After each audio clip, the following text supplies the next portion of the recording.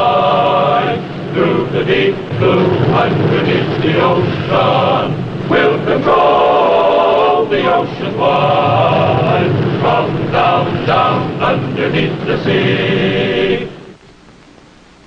I'm Rear Admiral Thomas M. Dykers, retired, bringing you another true account of the silent service. This is a story of the 2nd Combat Patrol of the USS Swordfish and of what happened when she was ordered on a difficult and highly perilous mission, which 2 of our submarines had previously been unable to accomplish. It began in January 1942, during the darkest days of the war, when the Japanese tide of conquest was sweeping irresistibly southern.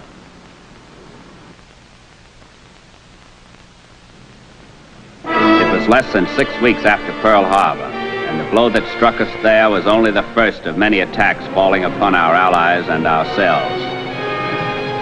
Wake Island, Guam, Hong Kong, Malaya, the Philippines, and countless others, all had fallen or were under fearful attacks that would succeed.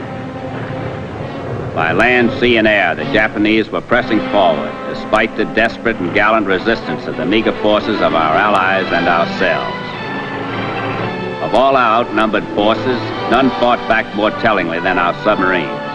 The USS Swordfish, returning to her base at Surabaya, Java, was doing so in the proud knowledge of having sunk the first Japanese ship of the war. On December 16, 1941, Swordfish had sent the Atsutasen Maru 8,662 tons to the bottom. Finished refueling, Chester? Yes, sir. We've got the bugs out of our number 3 engine. The Swordfish is ready for sea. Good. I've got a real tough one for you this time. That's the kind we like, sir. Well, you got our first kill of the war. You might pull this one off. I don't mind telling you we've already sent 2 submarines on this mission without success. What's the job, sir? Well, here, on the north tip of Celebes Island, the enemy has their far advanced airfield for land-based planes. It's the farthest spearhead of their attack. And from it, they've been hitting us hard and hurting us badly. The intelligence reports from the Dutch indicate that it might be the former Dutch airfield located here. But we don't care about that. I don't have to tell you we don't have enough planes to wipe it out, even if we knew its exact location. But that field's being supplied by enemy ships from somewhere. Sir, there aren't too many harbors or anchorages here in that area. Looks as if the supply ships are using either, well, Monado on the north side of the island, or Kima on the south. It looks that way, Chester. But 2 different submarines, each keeping both areas under observation for several days, came back from their patrols and reported absolutely nothing. Now, the Japanese planes that are doing so much damage are operating from roughly here. Now, that means that ships are bringing them ammunition, bombs, fuels, and supplies. Now, get those ships, and we've immobilized the planes. Sir, this time of year with the prevailing northerly winds, I think that Kima would be the best possible anchorage, being in the lee. What about the Lembeth Strait here, sir, between Celebes and Lembeth Island? It's very narrow. Does the enemy have it mined? Well, as far as we know, they haven't. But then we don't know very much. That'll be up to you and the Swordfish to find out. I'll locate those supply ships and get them. Well, we'll do our best, sir. The operations officer will fill you in. I'll see him now. Good luck. Thank you, sir. On Friday, 16 January, the Swordfish departed Surabaya on her mission.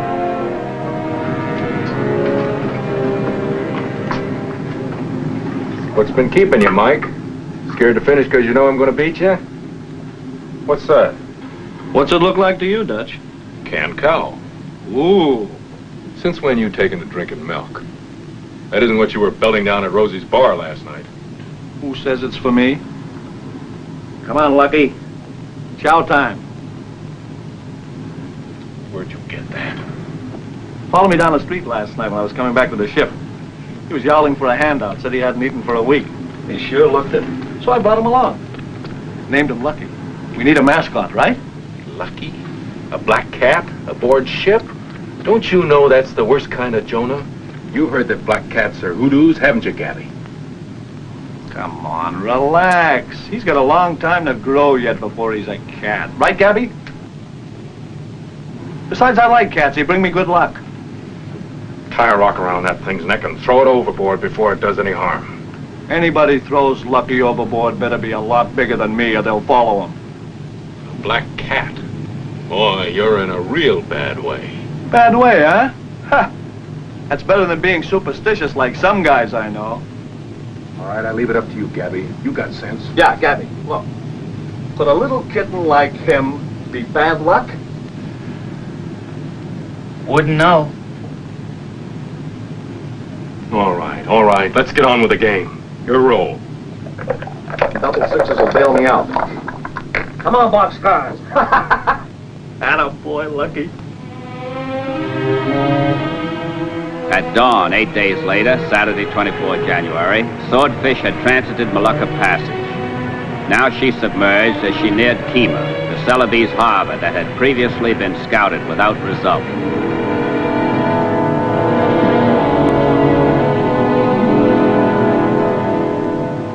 Take a look at Kima, Johnny. We're less than 4.5 miles offshore. It's as calm as a lake. Anything in the anchorage, sir? No, not even a sampan. Bear is the palm of your hand, Jimmy. Down scope. Right, 10 degrees rudder. Come to course 022. Right, 10 degrees rudder. Come to course 022. What's our next move, Captain? We'll take a look farther north. We'll run parallel to the coast at least as far as the lower entrance to Lembas Strait. It's pretty narrow there, sir. Less than 2.5 miles wide on the strait itself, if you figure on going in. I know it's a long shot, Johnny. At least we'll get a chance to scout the lower entrance of the channel. You know, sir, since operations briefed me, I can understand the wordings on these Dutch charts okay, but, well, depth estimated, possible sandbank, coral reef reported 19.8 unconfirmed since. Now, just how much faith can we have in these things anyway? Since they're the only ones available, Johnny, we don't have much choice. At least it's better than nothing, I hope. Is the channel entrance mine, sir? Captain Wilkes didn't know. At last report, he doubted it. You see, I want to see if there are any boom floats in the channel. That would be a tip-off in itself if they've got something to protect. Well, how about Manata on the northern coast, sir? Well, if we don't have any luck here, we'll search there, of course. You see, the south side of the island is the more preferred anchorage this time of year, being in the lee. Come on, baby, let's go. Ha-ha! That's it, boxcars. Well, that makes $27 you owe me. So quit your crowing, just because you're ahead for once in your life. If I didn't know that these were my dice, I'd figure that you'd bought some educated ones in Sorabaya. Where's that Jonah of yours? Who? Oh, you mean Lucky? Listen, who knows where a cat is half the time? All right, so let's get on with... Battle stations, torpedo! Battle stations, torpedo! Down scope. Take it down to 90 feet. 90 feet, aye, sir. It's an enemy plane, all right. He flying high, sir? No, very low. He looks like he's on anti-submarine patrol. Well, if they're flying patrol, wouldn't that seem to indicate they've got something to hide around here? Well, I hope so, Jimmy. Because in this flat calm and in the clearness of these tropical waters, a plane can spot us even 100 feet down if the angle on the sun's right. Well, let's hope it's right in the pilot's eyes. Yes, Captain. According to the chart, minimum depth in Lembas Strait's 120 feet. Then we can't go much below 90 feet without scraping bottom. We'll hold our present course. Come to periscope depth for another observation in about 20 minutes.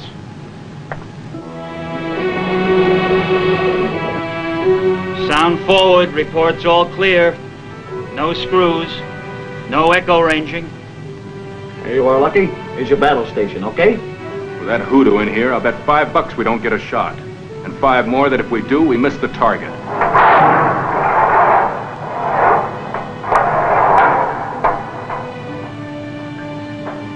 Probably a mine. I'll take your bet. And if it was a mine, our old mascot here is right on the job.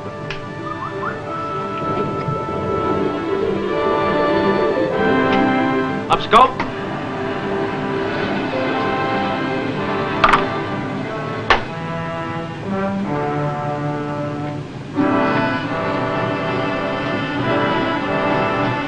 There's an enemy patrol boat. She's about 75 feet long. Looks like she's heading out to sea. There's some other small boats. They look like they're on patrol. Take a look, Johnny.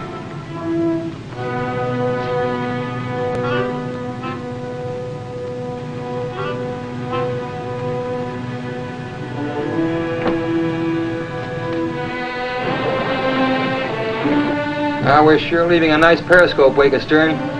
Stands out on that calm sea like a billboard. Down scope. Take it down to 90 feet. Well, looks like a wild goose chase, Captain. Nothing at all in those anchorages.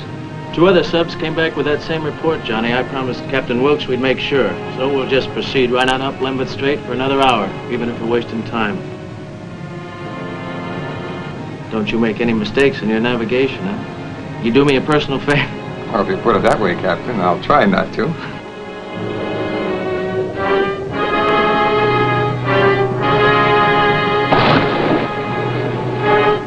Now, there's something. Might just possibly be the masts of some fairly large cargo ship.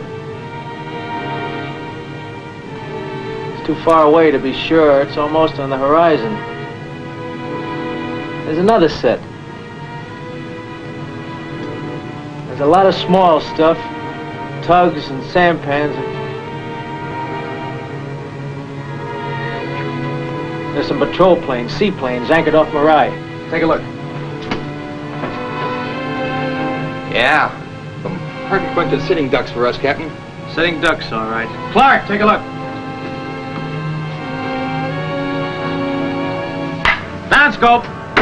Sir, we can surface close inshore and knock those planes off of a deck gun like plate pipes in a shooting gallery. Or we can ram and sink them without firing a shot. We can get every last one of them. No, Johnny, if those are masts further up the channel, we will have found our target, the cargo ships, right? Now, if we sink those planes, the patrol boat and the other escorts, they'll be all over us. We won't get a chance to get a shot into what really counts, the cargo ships. Because without their supplies, those planes and the land-based ones on the airfield will be out of business for a long time, right? Well, yes, sir. If we can get in that strait, and if they are the cargo ships, and if we can get a shot at them. But if that strait is mined, or if they have booms, we'll never get in. Not to mention getting out again. Well, the chance is still worth taking. We'll proceed right up the channel till we make sure about the mast, right? Aye, aye, sir.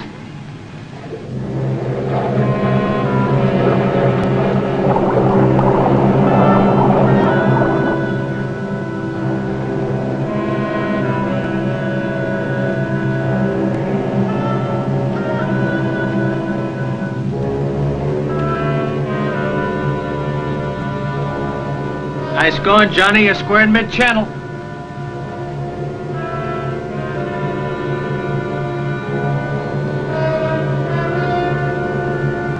There's one of the cargo ships, all right. She's at anchor. Well up in the Lambeth Strait. Range about 7 miles. There's the other one. She's anchored too. Down scope. Take it down to 90 feet. 90 feet. Aye, aye, sir. Nice going, Captain. Well, we found our targets. Now all we got to do is get them. This is the captain. We've spotted 2 enemy cargo ships that have been supplying their airfields. They are anchored well up in Lambeth Strait. We are proceeding into position to make a torpedo attack on them. Estimate we will be in position in about 1 hour. Okay, Lucky. Stand by to earn your pay.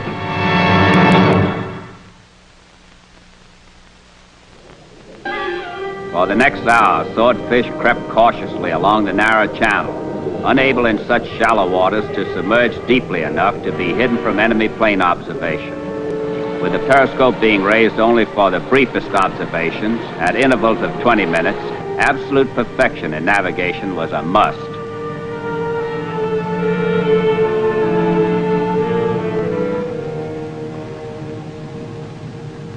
We're getting sailing a little to the left by this car. The course at 5 degrees to the right should hold us. Bring her right 5 degrees. New course 035. New course 035. Sand spit building outward at this point. Reported 1926. 12:30. Let's take a look, huh? Periscope depth. Periscope depth, aye.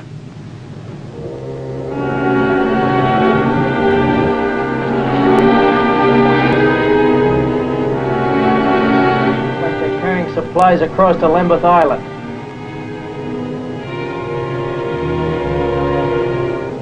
Soldiers and sailors filling sandbags on the beach there.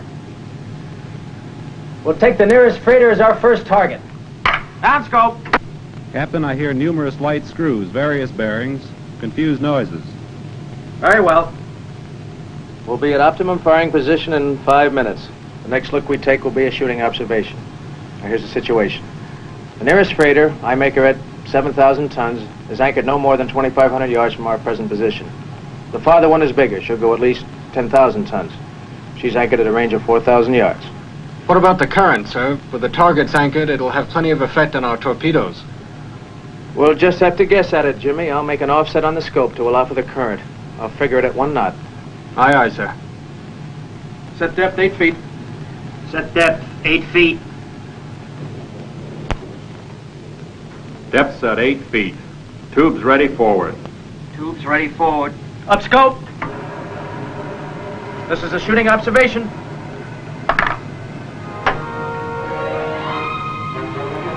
Bearing mark. 020. Range mark. 2100. Set. Fire 1. Number 1 fired electrically. Fire 2. Number 2 fired electrically. Check fire, shift targets. Check fire, shifting targets. Left full rudder. Left full rudder. Estimated time of torpedo run, 1 minute, 24 seconds. Bearing mark. 002. Range mark. 3600. Fire 3. Number 3 fired electrically. Fire 4. Number 4 fired electrically. Down scope. Aiming point was amidships on number 1 torpedo. Quarter length off her bow on number 2 to allow for the current. 60 seconds. 55 seconds. 50. 45.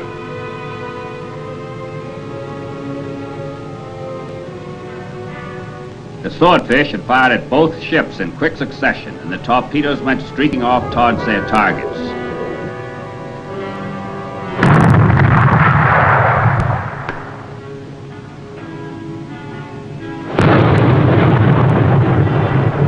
Two hit. Take a look, Johnny.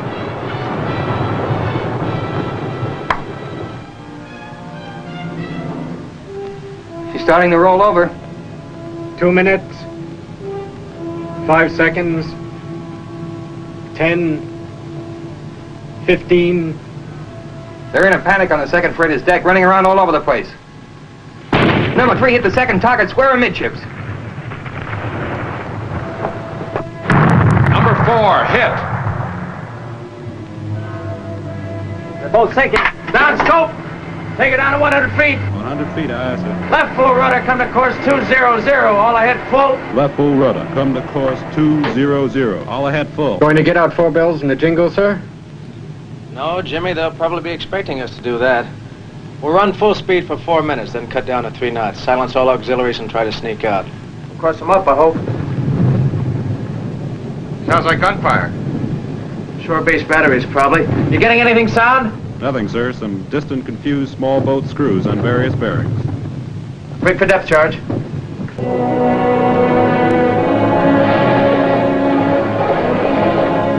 minutes.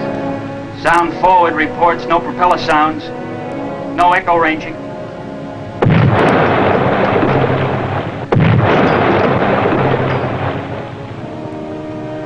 Attaboy, Lucky. You're a real submariner now. I think somebody dropped something. Or didn't you hear it, pal? Sound forward still reports nothing, sir. Couldn't have been from a ship. It's probably a depth charge dropped by a plane, Johnny. Echo ranging has begun, sir. Took them long enough to get on the ball.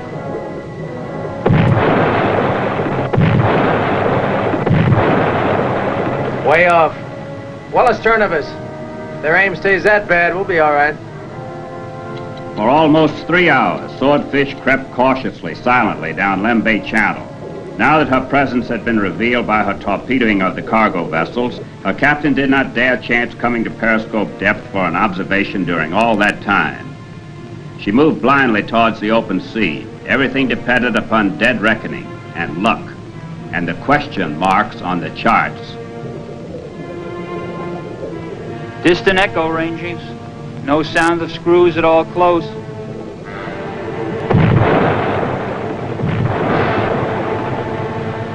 planes again.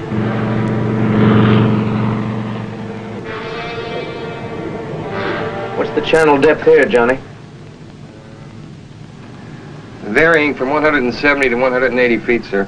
Also possible coral reef, position uncertain.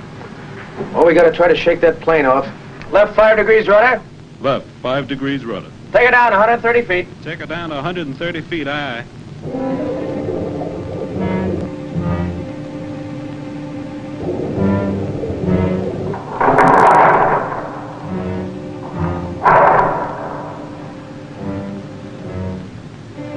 You better change that coral reef from possible to probable, Johnny.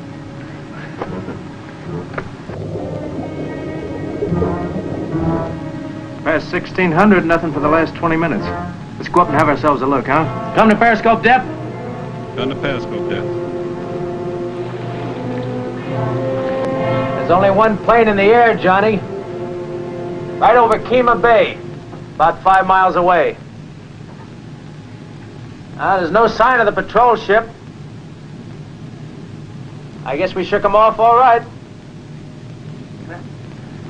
Down scope. Any chance of going after those seaplanes at anchor, Captain? No, it's too risky, Johnny, with that plane patrolling the air over Kemah. Besides, we've immobilized them effectively by knocking out their supply ship. Secure from battle stations. Left full rudder, come to course 050. Left full rudder, come to course 050. We'll head for Davao. There you are, Lucky. Canned salmon. That's the stuff to put hair on your chest. Appears as though you were mistaken in your judgment, Dutch. Well, the patrol ain't over yet. But I will say the little fella's done a mighty good job so far. Jimmy, encode this message to ComSub Southwest Pacific for transmission later, will you? Sank 2 enemy cargo vessels, anchored in Lembeth Strait, north of Kemah. Estimated tonnage, 7,000 and 10,000. Proceeding Davao Gulf. I'll be back in a moment with our special guest.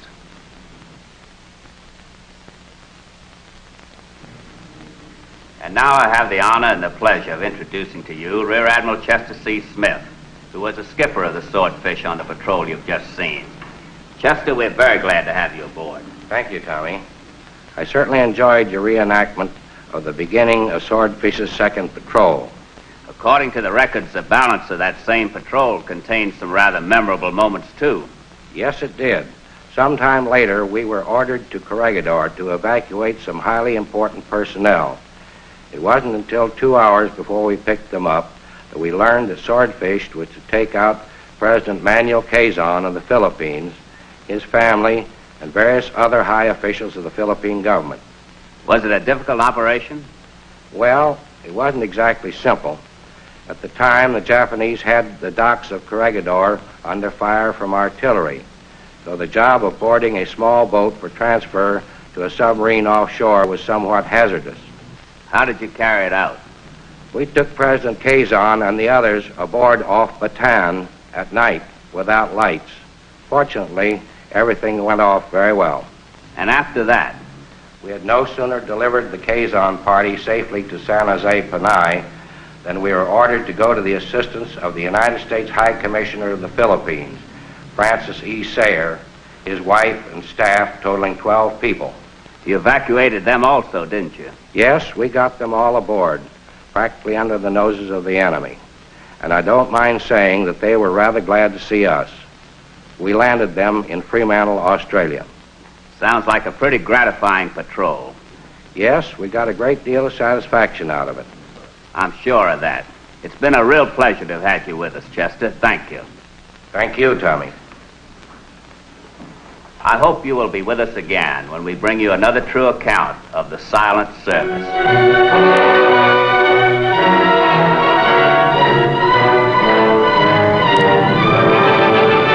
Anchor down and off and by, through the deep blue underneath the ocean. We'll control the ocean wide, from down, down underneath the sea. Safe and force will pass the word in the future's yet to be. That we're safe as long as there's mariner underneath the sea. So rig for dive and make for down, down, go down, down, underneath the ocean. Fearless men will find me down in the deep blue underneath the sea.